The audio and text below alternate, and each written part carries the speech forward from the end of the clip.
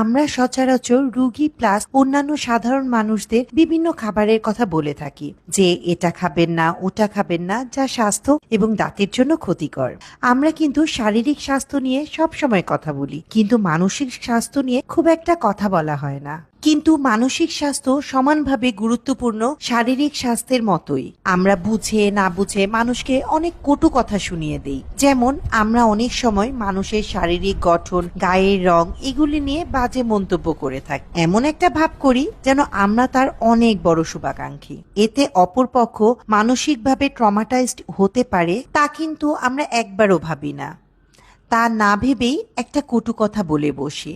একবার ভেবে দেখুন তো, আমরা যে মানুষের এত দোষ ধরিয়ে দেই, আমরা নিজেরা কি পারফেক্ট? কোনো মানুষই পারফেক্ট হয় না, কোনো মানুষই পারফেক্ট হতে পারে না। তাই আমার অনুরোধ, আমরা মানুষকে অযথা কটু কথা বলে কষ্ট দেব না।